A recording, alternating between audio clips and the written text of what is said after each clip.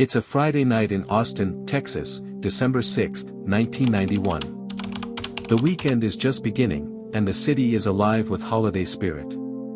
Christmas lights twinkle on houses, the air is cool but calm, and teenagers are out laughing, planning sleepovers, and dreaming of the weeks of freedom that come with winter break. But while most of Austin was preparing for a peaceful weekend, inside a small strip mall yogurt shop called I Can't Believe It's Yogurt, something unspeakable was about to happen. By the end of that night, 4 teenage girls, Jennifer Harbison, her younger sister Sarah, and their friends Eliza Thomas and Amy Ayers, would be dead.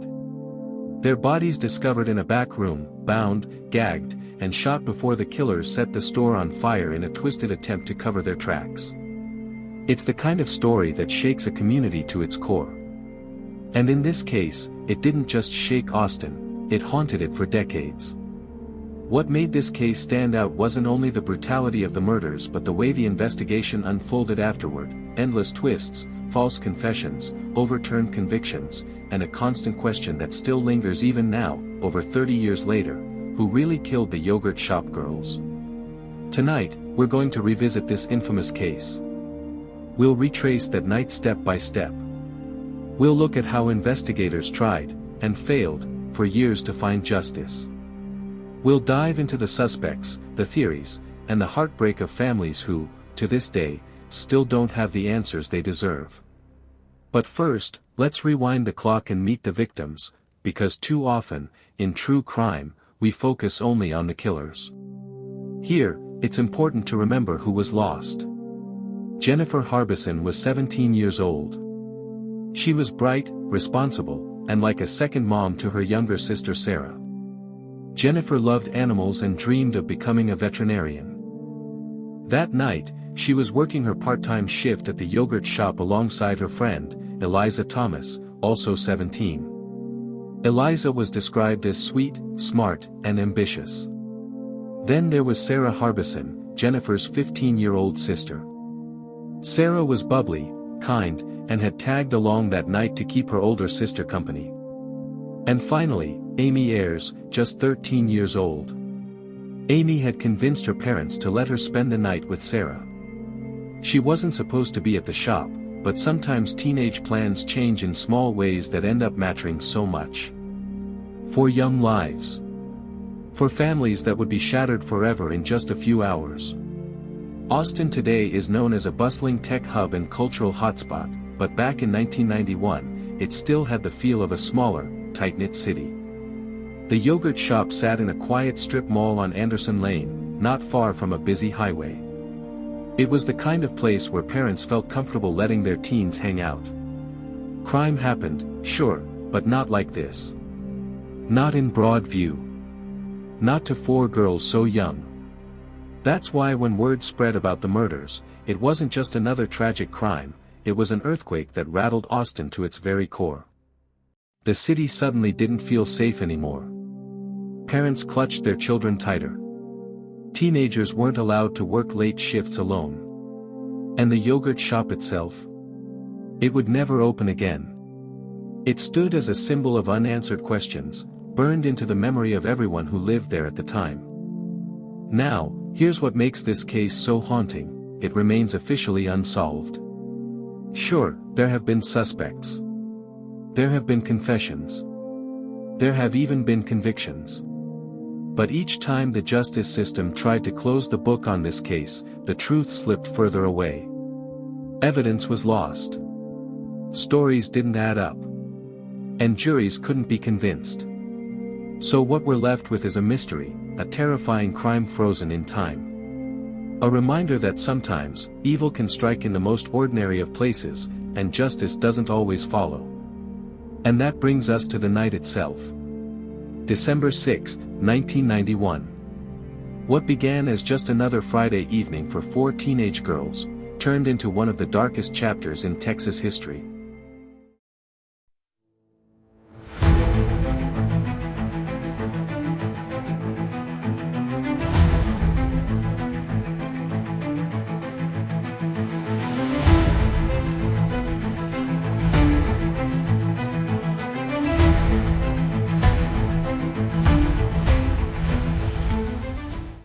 It was a Friday evening like any other. The yogurt shop was open late, its bright neon sign glowing against the cool night air. Inside, the smell of vanilla, strawberry, and chocolate hung sweetly in the air. Customers came and went, families stopping in after dinner, kids ordering frozen treats before heading home. Behind the counter, Jennifer Harbison and Eliza Thomas worked their shifts, refilling toppings and ringing up orders. Jennifer's younger sister Sarah and her friend Amy Ayers had stopped by earlier to hang out. The girls laughed together, sneaking moments between customers to chat about school, friends, and the upcoming holidays. For the four of them, this was supposed to be a simple night. They'd close up the shop, head home, and maybe have a sleepover. Nothing unusual. Nothing dangerous. But little did they know, as the evening ticked by, someone, or perhaps more than one person, was watching them. Waiting. The yogurt shop was scheduled to close at 11 p.m. Customers kept trickling in until shortly before then. Several eyewitnesses later recalled seeing Jennifer and Eliza working diligently, with Sarah and Amy helping out in small ways, even though they weren't employees. At 10:47 p.m., the last official sale was rung up. A man bought a frozen yogurt, and everything seemed perfectly normal.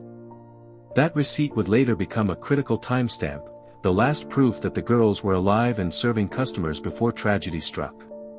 Some reports claim other customers may have entered just before closing. One teenage boy said he stopped in to use the restroom and noticed two strange men inside, lingering. Others mentioned seeing unfamiliar people in the parking lot. But nothing was recorded clearly, and in the fog of memory, those details blurred. What we know for sure is this: by 11:30 p.m., the yogurt shop was silent. Its doors locked, its lights dimmed. Investigators later pieced together what likely occurred. At some point after closing, intruders entered, or were already inside, waiting. The girls were forced into a small back room. Their hands were tied with their own clothes, their mouths gagged. What followed was an ordeal too horrifying to fully imagine. The girls were terrorized, possibly assaulted, and finally shot execution style. The killers then set fire to the shop, using lighter fluid to cover the crime and destroy evidence. Flames quickly engulfed the small space, but not before leaving behind chilling traces of what had happened. What makes this even harder to comprehend is the randomness of it. Was this a robbery gone wrong? A planned attack? Or something more sinister? At the time, police leaned toward robbery. The shop's register was empty, and it seemed the killers wanted money. But if robbery was the motive, why kill all four girls? Why such brutality? Those questions hung heavy in the air for years, fueling endless theories. In the days that followed, several witnesses came forward with stories that seemed important. A couple driving by that night said they noticed smoke coming from the strip mall around midnight but assumed someone was burning trash. Another customer recalled seeing two men acting suspiciously near the shop earlier in the evening. One detail especially haunted investigators: Amy Ayers, the youngest victim, was found with not one but two gunshot wounds. The first had failed to kill her. That meant she survived, if only for a few agonizing moments, before being shot again. It's those details, the kind that keep you awake at night, that made this case so unforgettable. By sunrise, the yogurt shop was a blackened husk, its walls charred, its sweet smell replaced by the acrid stench of smoke and death. For families would wake up to a nightmare they could never escape. And Austin itself would never be the same. What should have been just another Friday night in December 1991 had turned into something the city had never seen before, a quadruple murder so cruel, so senseless, that even hardened detectives struggled to process it. But the real horror came not just from the crime itself, but from what happened next. The investigation that followed was messy, controversial, and, in many ways, as haunting as the murders. In the early hours of December 7, 1991, a passing patrol car noticed smoke rising from the strip mall on Anderson Lane. At first, it seemed like a small fire, maybe trash burning, maybe an electrical problem. But as firefighters arrived on the scene just after midnight, it quickly became clear this was no ordinary fire. The front of the yogurt shop was locked, but smoke was pouring through the cracks. Firefighters broke down the glass door and rushed inside. What they found was thick, black smoke and the acrid stench of burning chemicals. It was a dangerous blaze, but something about it felt strange. Fires in restaurants usually start in kitchens. This fire seemed to have started in the seating area and spread unnaturally fast. As crews moved through the building, dousing flames and searching for hot spots, one firefighter stumbled on something that froze him in his tracks. In the back room, amid the smoke and debris, lay the bodies of 4 girls. Bound. Gagged. Shot. At first, the smoke and fire damage made it almost impossible to tell what had happened. Some firefighters thought they were dealing with mannequins, until the horrifying reality sank in. These were human beings. 4 teenage girls who had been brutally murdered and then set on fire in a desperate attempt to cover the crime. The fire had done significant damage, but investigators would later confirm the cause of death: gunshot wounds, not the blaze. The youngest, Amy Ayers, had clung to life even after being shot once. She suffered a second, fatal gunshot wound. That detail alone haunted detectives for years. When police notified the families, grief rippled instantly through the community. Parents arrived at the strip mall in their pajamas, frantic and desperate for answers. The fire crews had cordoned off the area, but word spread like wildfire. Soon, reporters gathered, neighbors whispered, and a blanket of fear descended on Austin. 4 girls, bright, full of life, with futures ahead of them, were gone. And nobody knew why. The scene was immediately declared a homicide investigation. But here's where the problems began. In 1991, Austin wasn't prepared for a crime of this scale. The police department had competent officers, yes, but they didn't have the forensic technology we take for granted today. DNA analysis was in its infancy. Surveillance cameras were rare. And the crime scene itself was a nightmare, charred, waterlogged, trampled by well-meaning firefighters just trying to put out the flames. Evidence was fragile, and much of it was lost that very night. Still, investigators did their best. They collected shell casings, bullets, and bits of melted bindings. They noted that clothing had been used to tie the victims. They also recovered what they thought might be accelerants used to start the fire. But one of the most puzzling details was the lack of forced entry. The front door had been locked. That suggested either the killers had been let in, or they were already inside before the girls locked up. Another early theory was that the killers escaped through a back exit, vanishing into the night before anyone noticed smoke. As dawn broke, the story was everywhere. Local TV stations interrupted programming. Newspapers ran bold headlines: 4 teenage girls slain in yogurt shop. Reporters swarmed the Harbison, Thomas, and Ayers families, desperate for a quote. Austin had never seen anything like this. This wasn't a gang fight. This wasn't a drug deal gone wrong. This was 4 innocent teenage girls, brutally executed. Parents across the city suddenly questioned if their kids were safe anywhere. And then came the pressure. Pressure on police to solve the case quickly. Pressure on prosecutors to get convictions. And pressure on the community to keep living their daily lives while knowing killers were still out there. It was the beginning of what would become one of the most frustrating investigations in Texas history. Because the truth is, when police began digging into this case, they didn't find clarity. They found chaos. When dawn broke on December 7, 1991, Austin was no longer the same city it had been the day before. Police now had a quadruple homicide on their hands, and the entire community was demanding answers. Detectives swarmed the yogurt shop, combing through charred debris, shattered glass, and scorched walls. But the scene was a disaster. The fire, the water used to fight it, and the sheer number of people who had moved through the shop had contaminated almost everything. Evidence was fragile, and some of it, tragically, was already lost.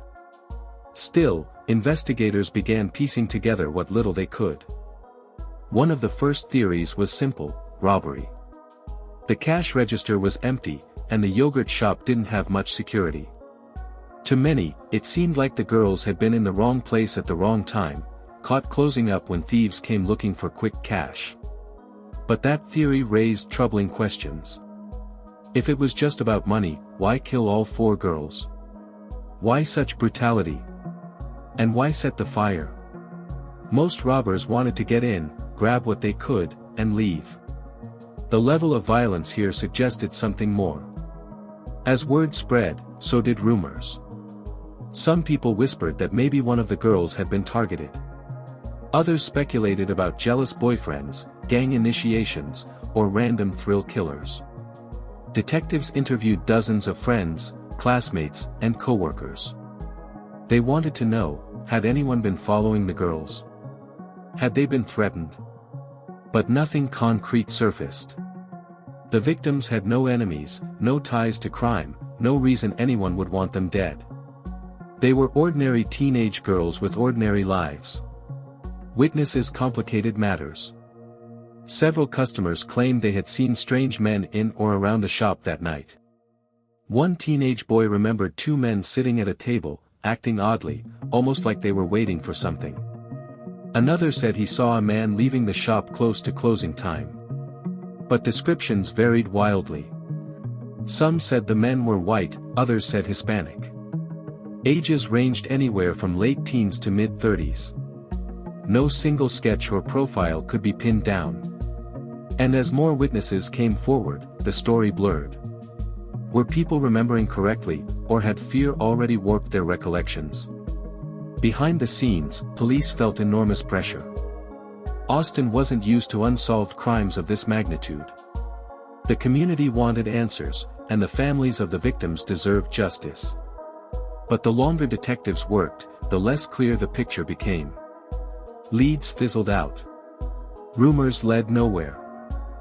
The few physical pieces of evidence they had, a couple of shell casings, some bindings, faint traces of accelerant, didn't point to anyone specific. And then came the harsh truth: this was going to be a long, complicated investigation. As weeks passed, Austin's sense of safety shattered. Parents refused to let their kids work late-night jobs. The yogurt shop was shuttered, its windows boarded, the building eventually abandoned. For years, it stood as a dark reminder of what had happened there. Vigils were held. Candles lit. Photographs of the 4 girls were taped to the burned-out storefront, surrounded by flowers and handwritten notes. People grieved, but they also grew angry. How could something like this happen here? And why weren't the police solving it? For detectives, one thing was certain: whoever had committed the yogurt shop murders was still out there. That knowledge hung over every interview, every lead, every sleepless night. And here's the haunting part: this wasn't a crime that could be neatly solved in weeks or even months. It would drag on for years, twisting and turning, with false starts, wrong turns, and devastating mistakes. But in those early days, the case was still wide open. And as investigators followed their leads, they soon zeroed in on suspects, young men whose names would become forever linked to the yogurt shop murders. By 1992, months had passed since the horrific murders, and police still had no clear suspects. The community's patience was wearing thin. Detectives were desperate for a break. Then, tips began trickling in, whispers about local teenage boys who might have been bragging about the crime. Those whispers led investigators to a group of 4 young men whose names would soon be etched into Austin's true crime history: Robert Springsteen, Michael Scott, Maurice Pierce, and Forrest Wellborn. The first break came when police stopped Maurice Pierce, then just 16 years old, carrying a gun at a mall. When questioned about it, he nervously told police the gun had been used in the yogurt shop murders. That immediately raised alarms. Pierce later changed his story, insisting he'd just made it up, but the seed was planted. Investigators began circling around him and his friends. By 1999, nearly 8 years after the murders, police finally made their move.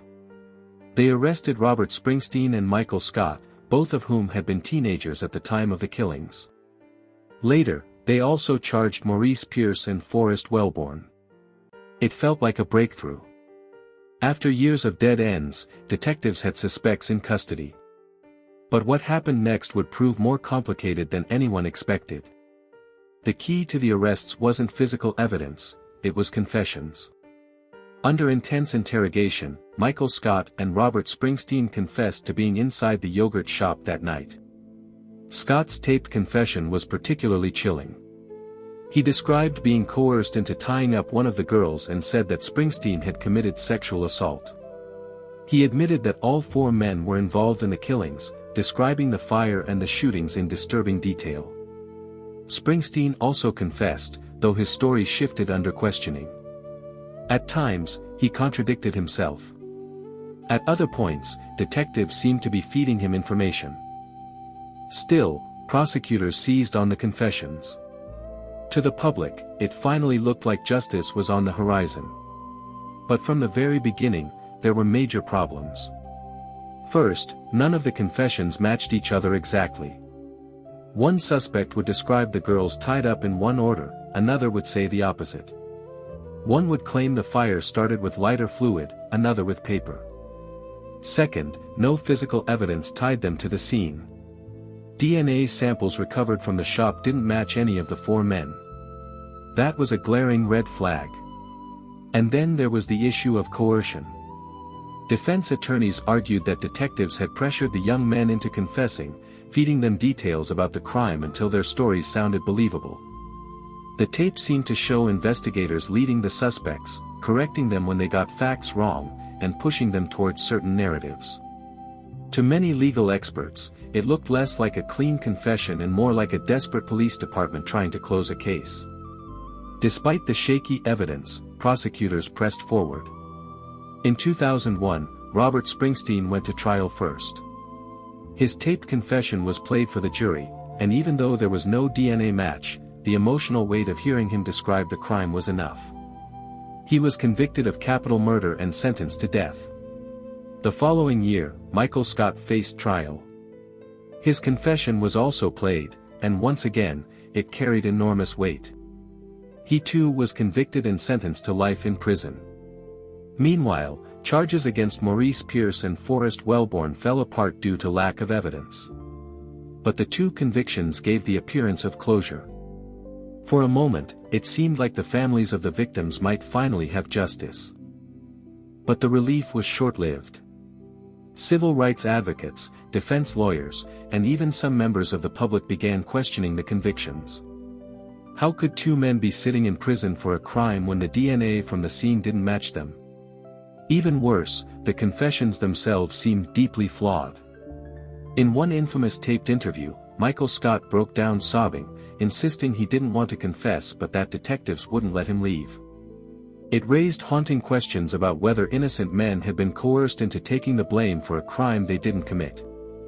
The case, once thought closed, was beginning to unravel. And soon, those cracks in the prosecution's case would explode into full-blown collapse, shaking the entire foundation of the investigation. When Robert Springsteen and Michael Scott were convicted in the early 2000s, there was a sense of relief in Austin. Nearly a decade had passed since the yogurt shop murders, and finally, someone was being held accountable. Families of the victims sat in courtrooms, clinging to the hope that justice had been served. But underneath that surface relief, cracks in the case were already spreading. Robert Springsteen was the first to stand trial, in 2001. His confession was the centerpiece of the prosecution's case. Jurors listened as he described his role in the killings, tying up one of the girls, watching as the others were assaulted, and helping to set the fire. There was no DNA evidence linking him to the scene, no fingerprints, no eyewitness who could place him there. The confession was everything. And despite defense attorneys hammering home the inconsistencies and the coercive nature of the interrogation, the jury returned a guilty verdict. Springsteen was sentenced to death. For many, it felt like closure. But for others, it raised chilling questions. Could a man really be sent to death row based almost entirely on a shaky confession? The following year, Michael Scott faced his own trial. Like Springsteen, his taped confession played a starring role. In it, he appeared broken, his voice trembling as he recounted details of the crime. Prosecutors argued that his words proved his guilt. The defense countered that Scott's confession had been manipulated, that detectives had pressured him into saying what they wanted to hear. But once again, the jury sided with the prosecution. Scott was convicted of capital murder and sentenced to life in prison. For the families, it seemed like the nightmare was finally ending. Two men were behind bars, paying for the brutal murders of their daughters. But science was moving faster than the justice system. By the mid-2000s, DNA technology had advanced significantly. Testing methods were far more precise than they had been in 1991. And when investigators re-examined the biological evidence from the crime scene, they made a shocking discovery. The DNA did not match Robert Springsteen. It did not match Michael Scott. And it did not match Maurice Pierce or Forrest Wellborn. It belonged to an unknown male. This revelation sent shockwaves through the legal system. If neither Springsteen nor Scott matched the DNA, then how could prosecutors be sure they had the right men? The legal battles heated up. Defense teams filed appeals, arguing that their clients' rights had been violated. They pointed to the coerced confessions, the lack of physical evidence, and now, the exculpatory DNA results. In 2006, the Texas Court of Criminal Appeals overturned Springsteen's conviction, ruling that his constitutional rights had been violated during the trial. 2 years later, Michael Scott's conviction was also overturned on similar grounds. Suddenly, the two men who had been branded as killers were no longer legally guilty. They were freed, though the cloud of suspicion still lingered over their names. By 2009, prosecutors faced a difficult choice. They could retry Springsteen and Scott, but without DNA evidence tying them to the crime, their case was weaker than ever. And with growing public scrutiny about false confessions and police misconduct, another conviction seemed unlikely. Finally, the charges were dropped. After nearly 2 decades, the state had no one behind bars for the yogurt shop murders. For the families of the victims, it was a devastating blow. They had endured years of trials, appeals, and media circus, only to be told that the case was back at square one. Justice had slipped through their fingers once again. The collapse of the case left behind haunting questions. If not Springsteen and Scott, then who? Whose DNA was found at the crime scene? And why had police and prosecutors built their case so heavily on confessions that now looked unreliable at best? To this day, those questions remain unanswered. But one thing became painfully clear: the yogurt shop murders were still unsolved. The killers, or killer, had never been caught. And for the city of Austin, the sense of fear and injustice that began in December 1991 continued to cast a long shadow. When the yogurt shop murders first made headlines in December 1991, the shock was immediate. But for the families of the 4 victims, Eliza Thomas, sisters Sarah and Jennifer Harbison, and Amy Ayers, the horror didn't end when the news cameras went away. It became a lifelong burden, a grief that has stretched across decades. In those first few weeks, the families were thrust into the public eye. Reporters camped outside their homes, microphones shoved in their faces as they mourned. They were asked to describe their daughters, their lives, their dreams, all while struggling to comprehend that those lives had been brutally cut short. Amy Ayers was just 13. She was supposed to be hanging out with friends, worrying about school dances and homework, not facing the end of her life in a fire-lit nightmare. Eliza Thomas was 17, a hardworking teen saving money for college. Jennifer and Sarah Harbison were sisters, one 15, one 17, with futures wide open ahead of them. The Harbisons' parents lost not just one child, but 2, in a single night. The kind of loss that defies words. Every holiday, every birthday, every family gathering was forever marked by their absence. For years, the families showed up in courtrooms, sitting quietly as prosecutors laid out the case against Robert Springsteen and Michael Scott. They endured testimony about the fire, the bindings, the gunshots. They listened to confessions that painted vivid pictures of their daughter's last moments. For many of them, those convictions in 2001 and 2002 felt like some small measure of justice. Finally, someone was being held accountable. But that sense of closure was ripped away when the convictions were overturned. Suddenly, the men they'd been told were guilty were free again. Imagine the emotional whiplash, first being told the killers had been caught, then years later being told maybe they hadn't. The pain of reliving the case over and over through trials and appeals was almost as unbearable as the crime itself. Despite the setbacks, the families have never stopped fighting. They've worked with victims' rights groups, spoken at memorials, and continued to pressure law enforcement to keep the investigation alive. Over the years, they've had to endure false leads, rumors, and internet speculation. Every time new DNA testing comes up, there's a flicker of hope that maybe this time the mystery will be solved. And every time the results come back inconclusive, the heartbreak deepens. Still, the families refuse to give up. For them, the case is not just about justice, it's about memory. Keeping the names of Eliza, Sarah, Jennifer, and Amy alive so they are never reduced to just the yogurt shop victims. They were daughters, sisters, friends. Their persistence has also shaped Austin itself. Over the years, the yogurt shop murders have become one of the city's defining tragedies. For many longtime residents, it marked the end of an era of innocence. Parents who had once felt safe letting their kids roam the city suddenly kept them close. Businesses changed their closing procedures. Teenagers who worked late-night shifts were no longer left alone.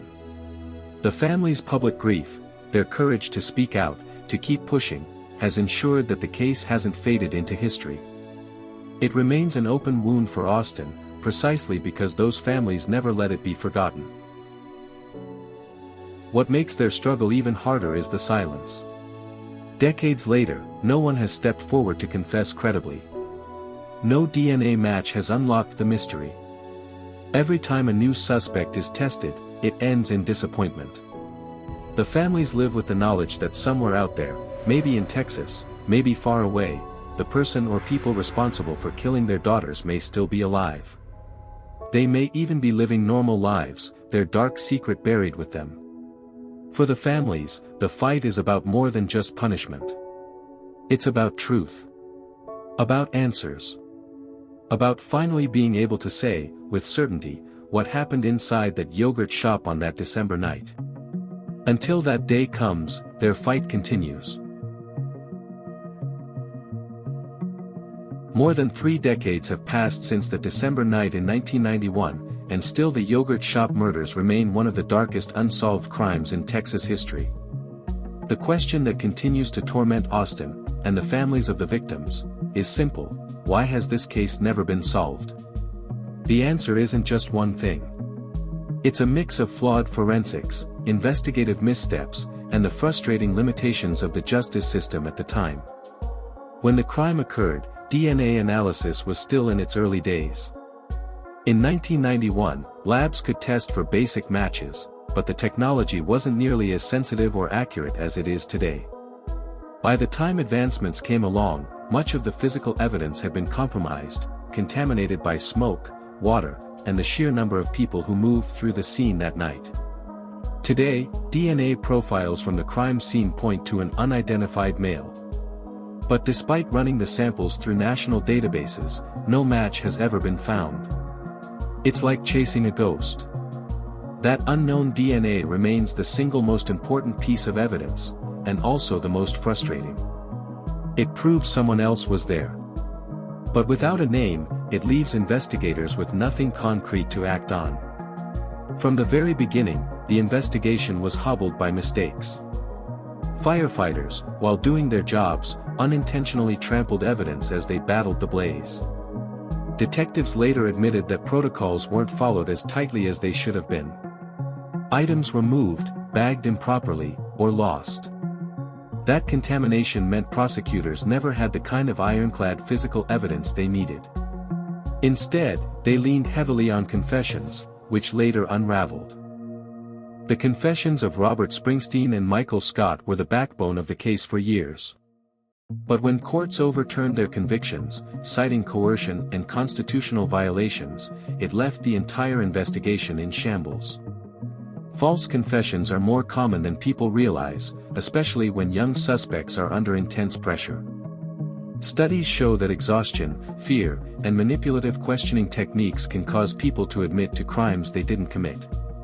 The yogurt shop case has become a textbook example of how that can happen. Those flawed confessions didn't just fail to solve the case, they set it back, creating years of trials, appeals, and distractions that pulled focus away from the real killer or killers. Another reason the case remains unsolved is the sheer number of theories. Some investigators believed it was a robbery gone wrong. Others suspected a targeted attack. Still others thought it might have been the work of drifters, gang initiates, or even multiple strangers who stumbled upon the girls at closing time. With no clear narrative, the case became tangled in speculation. Witness accounts were inconsistent, and potential suspects slipped through the cracks. And then there's the hardest truth of all, time. Every year that passes makes solving the case more difficult. Memories fade. Witnesses move away or pass away. Evidence deteriorates. At the same time, public interest rises and falls in waves. The murders are remembered most on anniversaries or when new DNA testing is announced. But when nothing new comes, the case drifts back into silence, leaving families in limbo. Despite all of this, the yogurt shop murders remain a priority for Austin law enforcement. Cold case detectives still work the file. New DNA testing is conducted whenever technology improves. Leads are still checked, though fewer come in now. The case persists because it represents more than just an unsolved crime. It's a wound in Austin's history. It's a reminder of 4 young lives cut short. And it's a test of the justice system, whether persistence and science can one day deliver the truth. The most haunting part is the unknown.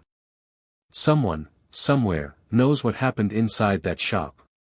It could be one killer. It could be more than one. Maybe they're still alive, carrying the secret. Maybe they're gone, taking the truth with them.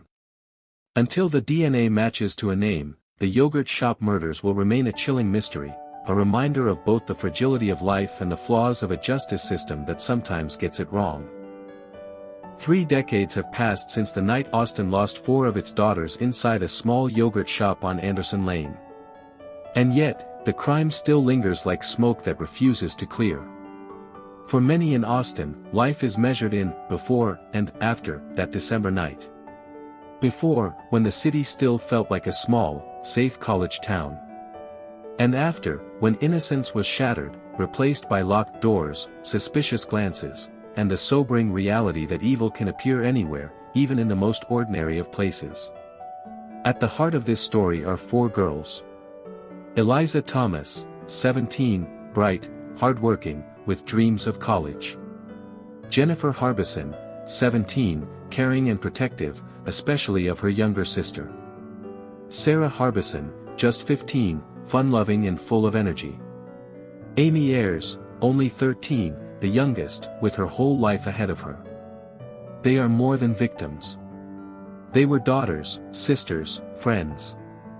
And their absence has left holes that can never truly be filled. Every candlelight vigil, every anniversary gathering, every whispered prayer for justice is about remembering them as people, not just as names in a headline. The yogurt shop murders exposed weaknesses in the justice system. It showed how fragile investigations can be, how confessions can be manipulated, and how vital proper forensic work is. It forced law enforcement to change, to take cold cases seriously, to embrace new technology, and to treat early crime scene handling with greater care. But it also stands as a cautionary tale of how pressure to deliver justice quickly can sometimes lead to injustice. 2 men, Springsteen and Scott, spent years behind bars for a crime that DNA suggests they did not commit. Their cases highlight the dangers of tunnel vision in investigations. And yet, for all the lessons, the case is unfinished. The unknown male DNA remains the key, a silent witness from that night. Someday, technology may advance again. Someday, a routine DNA swab from an unrelated arrest may finally reveal a match. Until then, the case remains in limbo. The families continue to wait, carrying grief that time has not erased. Austin continues to remember. And the killers, or killer, remain free, their identities hidden in shadows. The yogurt shop murders are more than just a true crime story. They are a reminder of how fragile life is, how injustice can ripple through generations, and how communities are forever changed by violence. For those of us looking back, it's impossible not to wonder, what kind of women would Eliza, Jennifer, Sarah, and Amy have become if they'd been allowed to grow up? What futures were stolen that night? And maybe that's the real legacy of the case. Not just the unanswered questions, not just the mistakes or the mystery, but the reminder to cherish the lives we still have, and to honor those that were taken far too soon. Because until the truth comes out, the yogurt shop murders will remain one of Austin's darkest and most enduring mysteries. If you found this story chilling and want to hear more true crime cases told in depth, don't forget to like this video, subscribe, and hit the notification bell so you won't miss the next case. And as always, remember the victims, not just the crime.